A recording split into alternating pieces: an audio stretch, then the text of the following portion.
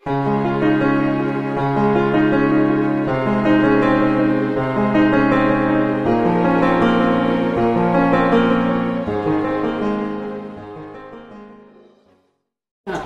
namin. Nalaban ulit sa mga iba para wala na akong asigasuhin. I mean, nasa lagayan na lahat. Ang dami pa pala niyan. Ang cute talaga ng mga bib na yun, no? Thanks to Connie. Ayan. Galing ito ito, Connie? Itong bib na to. Ito, galing to sa... Himinit ko yung nanay niya. Nakalimutan ko from saang lugar siya. Good morning! Happy Saturday, guys! And thank God, it's Saturday! Ayan. So, ito, punta kami mamaya. Kukunin namin yung side bed crib ba yun? Ayun. Si Dadag sasama sa amin dito kasi mas malaki yung kotse nila. Sa kotse namin, hindi kasha. So, sa kanila na lang. Tapos, diretso kami sa paggawaan ng mga foam, yung mga customized. Doon daw sa may Bacoor yata ang maganda doon dahil sabi nila sa amin nagsabi lang na pwede daw makuha. Hindi ko alam kung pwede talang makuha or mag-iantay pa na ilang days. Or depende siguro sa availability nila. Pero check natin kung pwede. Pero sana pwede kasi para maayos na namin sa bahay. Kasi konti na lang eh. Tapos tomorrow, bukas tapos na yung sa electrical namin. Thank God, finally tatapos na. May sarili kang mga saksakan, etc. TV na lang ang ilalagay doon. Kailangan ko makahanap nung talks ba yun? Something ganon. Sa pang support ng TV kasi dito walang available. So, hanap ako later. And then yung mga umorder siguro by later ko, kasi kung mamaya ko pa makuha yung stocks eh, mamaya or so, siguro Monday ko na yung mapapadala. Pasensya na sa delay ngayon kasi hindi kami nagmi-meet ng schedule ng supplier ko. Hate them, baby. Aray ko. Ay, parang pag gumagalaw siya, parang may humihiwa sa baba ko. Ayan, at ito. Ayun, hindi kami nakapag-meet ng supplier ko. Pero tuloy pa rin. Pero naman kayo mag-order dahil may mag-aasikaso naman ng business ko kahit na mga anak ako. Andyan si AJ or si Mama, ganyan. Tuloy pa rin naman. Basta mga willing to wait na kasi nasabi ko wala akong stocks ngayon. By order siya. Every week naman may supply. Aray. Ayun. Pasensya na sa masakit talaga siya. Ay, kagabi nga, akala ko nag-labor na ako. Buti nawala. May konting crumbs lang, ganyan. Parang humihilab-hilab lang siya. Pero nawala siya siguro, ilang minutes lang. Pero sabi ko kay Hugo, kung gusto niyang lumabas, sige lang, anytime pwede naman. Basta April. At least April na. ang daming nagpo-post ng mga April Fools, kaloka. Talagang pag April 1, no? Nakakatawa. Ay, and hi pala, Mama Nini. Thank you so much. Natouch ako, hindi ako nakapag-thank you kahapon. Pero naalala ko yun kasi wala ako sa mood kahapon talaga. Parang iba yung mood ko. Pero thank you so much, Mama Nini. Kasi kahit super busy niya, talagang kinakamusta niya ako. Alam mo yun, talagang hindi ko ina-expect na maalala niya ako ng gano'n na busy-busy talaga siya. Umuwi pa yung ibang anak, yung isang anak niya. Tapos may time pa siya mag-PM. Thank you, Mama Nini. Alam ko naman kahit di kayo masyadong nag-PM or nagko-comment na nanonood ka po. Maraming salamat. Ayan, and sila Tita Marilyn, sila Mamita. Next, Tuesday ba? Sila Tita Marilyn with Patricia. So, see you. Si Patricia nagvo-vlog yun yung anak ni Tita Marilyn. So, basta siya na lang magsabi ng channel. Hindi ko alam kung anong channel na, pero alam ko nagvo-vlog siya. Magpo-food trip kami dito sila. Mama, magbubulungan. Sa bulungan, bilihan ng mga seafood yun na. Kasi, maraming gusto si Tita, si Mamita na lang kasi daw ang tawag. Kasi pag Mamita, si Tita Marilyn yun. Gusto daw nila ng Bicol Express, pusit, kuhol, mga ganyan. So, sa Coastal pupunta sila, Mama, magbibili ng mga pang-ulam na seafood doon. So, sa Tuesday, seafood, kami ngayon? Ano ba ang tawag doon? Wala sa isip ko. Wala something ganon. Food trip namin lahat seafood. Ay, baby! Maano siya? Ayun. Nanaginip ako. Imagine niyo, nanaginip ako kanina. Parang lumabas na daw si Hugo, hawak-hawak ko na pinapaburp ni Hank. So, mga ganun pa rin talagang totoo. Iba talaga pag pregnant, no? Yung sa vivid dreams talaga. As in, literal na literal. Tapos, may sabihin ko, yun, humihilik na daw ako. Imagine niyo, humihilik na ako. Dati hindi naman ako humihilik. Ngayon, ang lakas daw ng hilik ko. Hindi ako aware. Hindi ako aware sa mga ganun. So, ayun lang guys. Later na lang ulit. At, lalaro muna ako ng Cookie Jam. Thank you pala sa Ate Daphne. Thank you. Sendan mo ko ng live sa Cookie Jam. Gumawa si Mama ng chocolate dip para sa churros. Kain. Hey guys, ayan. Tawag ito. Kasama si Taris. Si Taris magna-drive para sa akin. Hello. Ayan. Tinan mo yung forma niya. Summer na summer. Hello ka. Kagising ko lang. Buti nang naligo siya agad. Grabe, sobrang init. Pupunta kami dun sa Uratex kasi nagpagawa na ako ng foam. Ang medyo affordable pala in fairness sa size ng pinagawa kong crib. Pinili ko sa kanila yung size. Tapos 745 lang. So almost 750 pesos lang. So kala ko aabot ako ng 1 plus. Kala ko mahal.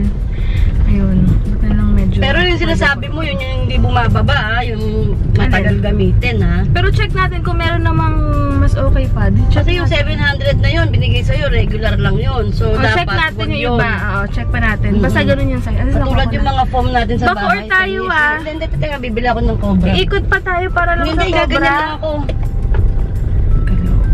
Stop over muna kami dito. Papaload lang daw siya.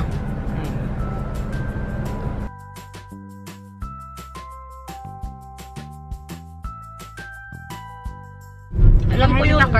Sorry, hi Tita Carbs. Ayan, punta kami sa may nag-drive ako ni Debbie. Traffic, oh.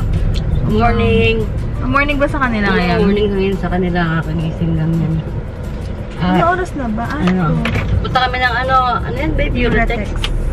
Ang hirap yun. Nakininibago na naman ako sa sasakyan ni Debbie. Sanay na kasi sa Matic. Medyo traffic pala ngayon. Pag gantong oras pala. Siguro dito lang kasi sa may Bacoor. Dito na kami sa bahay nila, Bong Revilla. Ayan. Bakit ako? Ito pala ang laki ng Uratex dito. Sa malaking building yan?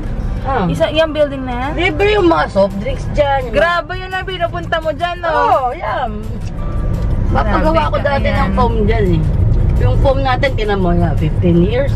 Ayan pala. Ibaling mahal, basta quality. Oo naman. Nako, babe, mukhang aantayin kong magkaroon ng parking. Sige lang, bumaba ka na. So, ganito pala to dito. Ayan o. Mga beds. Ayan. Antayin ko number 68 ako.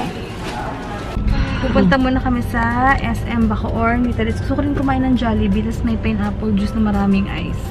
Uy, bawal ka lang madaming ice. Kaloka ka. Hindi, pwede. Aray ka, sure bang kung gugutom na. Hindi pa ako nag-rice eh. Nag-pizza lang. Pero nag-rice ako kaninang breakfast pala. Bawal na ba? Hindi mo ba alam na bawal sa buntis ang yelo? Pwede. Sabi ni doktora, basta tubig. Pwede pa gusto mo. Tubig with ice. Pero minsan lang di man sobrang dami. Okay naman. Huwag lang syempre, bawal lang yung gago, sobrang dami. Hindi ako niloadan ah. Kakaloka. Ayan, tinan mo. Kaya hindi ako sa'yo. Doon na lang sa SM ako magpapaload. Dami rin pala dito mga kribo. Pero kahoy kasi, ayan. Kahoy din naman sa'yo. Ayan o. Hindi, sa amin side, diba? Yan crib talaga. Ang dami dito. Ayan, meron din mga kribo. Kaya syempre, crib mga stroller. Pero may bibigay na si Tita Lay. Thank you so much, Tita Lay, for watching. Thank you so much. Dahil ang ganda rin ang color ng crib ni sabi mo kay Lay, bakit? Oy, Lay, ba't din tayo lumalabas nila Villa Gomez? Kakaalis lang ng asawa niya. Kakaalis lang. Ayun. Pwede mo na kami init. Sobra. 1 hour pa. And alam niyo ba, 650 pesos lang. Sabi ko, meron bang doon? May mas quality pa. Sabi niya, hindi na doon nila ina-advise yung mas iba pang foam kasi pang adult na daw yun. Yung blue pang baby daw talaga. So magandang klase naman daw. Daan natin mamaya yung crib. Oo, ikot na tayo. Tayo babalik yan. Baka super layo. Ay, hindi, babe. Layo nun. Ito, saan? Na tayo. Doon na tayo sa may Baka mapalayo pa tayo ng sobra. Hindi, nako, malayo. Yan ba, pag bumalik. Ito na kami ngayon sa SM Bacoor. Tadeso, diba? Ang cute nung niya, oh. Pants niya. Ay, yung tawag ba dyan, tokong? Gutom na talaga ako. Nainis na ako, Wait lang. Nakakita ako ng bonchon. Siguro bonchon na lang kami. Sa gusto ni Taris eh. Sa taas ba talaga? Okay. Pasaway. Babansyan kami. Sa mga sale yung mga kanik-kanik dito. Tsura ko dyan. Amo ako. Ayan, punta na kami. Eh, katabi ng Jollibee yung Bonchon, sabi sa'yo eh. Dito kasi konti lang tao. So, kailangan naka-shade sa mall talaga. Sabi ko kasi, mapirma sila sa akin. oo eh. Wala ako sa mood. Ayan, wala masyadong tao. Eh, wala akong signal. Kaya hindi ako makasagot sa amin. Yung drinks namin. Naloka ako dun sa pinagpagawa namin ng crib. Sabi nila, di ba, 5 days. So, 5 days na ngayon. Tinawagan ko. Sabi, ibinabarnisan pa lang daw. Tawag ito? Mamayang 7 PM pa daw kasi marami daw rush. Sabi ko, sana sinabihan na lang ako na pwede palang magpa-rush kahit nagbayad na lang ako ng extra kasi alam naman ng mga anak na ako anytime, di ba, para nakaayos na sa bahay. Ayun, ang gulo. Kaya tomorrow na lang makukuha si Buti na lang dito si Tita Des. Masasamahan niya ako lagi na kahit siya ipag-drive niya ako. Si Hugo, tignan niyo, nakabukol na naman siya, oh. Yung kita niya pero dito nakaumbok. Ang cute talaga. Pag medyo nababad trip ako, alam niyo may ganong feeling na syempre di mo maiwasan, di ba? Ano siya, iba yung galaw niya. Parang gusto niya sabihin, relax lang, mami. Relax lang. Nakakatuwa. Sarap lang ng feeling. What more siguro pag andito na talaga siya. I mean, hawak-hawak ko na siya. Ganyan, nakakatuwa lang. Ayun, bukas pa daw. Excited pa naman ako. Si Tades na lang kumuha ng foam. Kasi hirap ng parking doon. Siguro pumila pa yun. Ganun pala yun. Pag bibili kayo ng foam, depende pala sa sino ang gagamit or saan pagagamitan. Ngayon, hanap na lang siguro kami ng maggagawa ng cover. Siguro kahit patahin na lang or ewan ko kung paano ba. Bahala na, importante may foam na. I-cover, madali na lang kasi marami naman silang kakilala sila mama na magagawa ng mga cover ng mga foam. Pwedeng patahin na lang or check natin kasi 7 days pa daw pag sa kanila manggagaling. Ano si Tades nagbubuwis buhay. Grabe, ang laki pala niyan. Ayan, ito na yung ano namin, latik. Suman latik ba to? Ayan, suman latik. Ito kami ngayon sa Biancas. May binigay din pala sino to? Si Bian nito, ayan. Pass! Ito ulit yung, ito yung in-order ko, Alfredo. Ito yung order na fish and chips. Ayan, bumili ako ng, wala kasi silang malaki, maliit lang. Bumili ako next time sa Watson's. Baby oil, petroleum, fita, kailangan daw yan after. Wala. Yun lang binili namin. May bago kami, may bago i-try si Heinz. Ayan, fit and right. Kumakain na lang kami ng sumang latik. Hey guys, nakapag-shower na ako finally. Grabe. Si Heinz, naliligo na rin. Tapos, ako, i-sleep na ako. Sobrang lagi akong parang lagi antok talaga. Iba talaga yung feeling ko. Buti nga si Heinz na nag-drive pa uwi kanina. Galing kaming, di ba nag-dinner kami. Tapos nag-grocery ng konti. Ayun. Gusto ko pala, Nabasa mo yung post si Daddy? Na ano? Magpo-post tayo. Kaya na. Para sa prayer, para kay Hugo tsaka sa'yo. Every 10 a.m.? 10 p.m.? Magpo-post tayo ngayon. Hindi ko nabasa. Saan daw ipopost? Hindi, sa Facebook. Ay, hindi ko pa nababasa. Let's post for 10 a.m. 10 p.m. Okay. Para pag-pray ka. After mo na lang mag-shower. Anyway guys, ayun, thank you so much pala sa mga nag-comment na sa mga kulang sa akin sa mga dadalhin ko, malaking tulong. Nakabili na ako paunti-unti. Nakalimutan ko lang. Pero tissue, marami naman dito. Yun lang. And wala lang ako nabili. May isa lang ako hindi nabili kasi hindi available. Tsaka, ewan ko kung okay yung sinasabi nilang nipple cream. Kasi may nakita ako nipple cream. Super mahal. Nasa, sinan nga sa akin Ate Joy Lau. Nasa 1,800 yata or 1,000 plus. Tapos ang konti lang niya. Hindi ko sure. Or sabi naman ng iba, nabasa ko yung breast milk talaga na lang mismo. Parang ganun.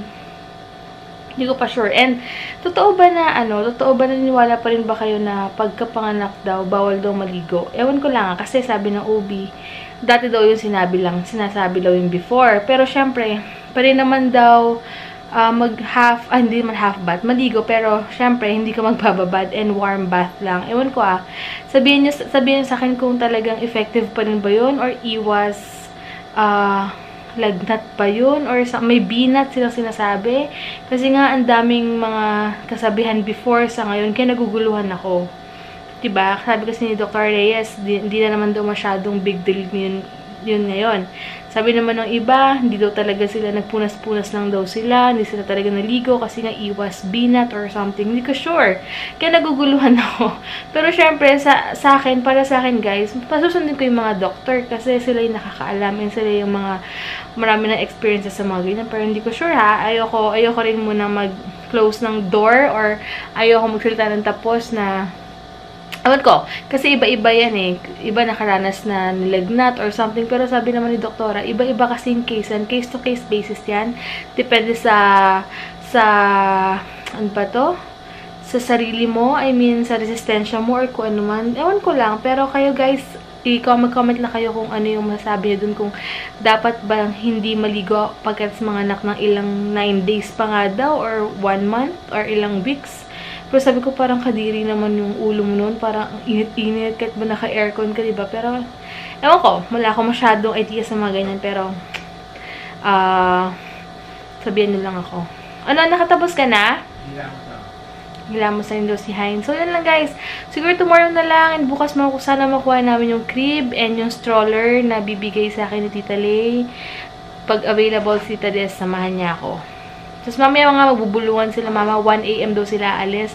Then tomorrow, seafood ulit. So at least fish. Tsaka, ewan ko kung may alimasag or something. So yun lang. Bye guys! Thank you so much for watching and God bless. And Beb Maria, Kuya Albi, thank you so much sa gift nyo. Magkakaroon na si Hugo ng Kiko na carrier. Ayun. Thank you so much. Basta maraming salamat sa lahat, sa love and support nyo. Basta sobrang thankful ako. Thank God sa lahat talaga. So, bye guys! Bukas na lang.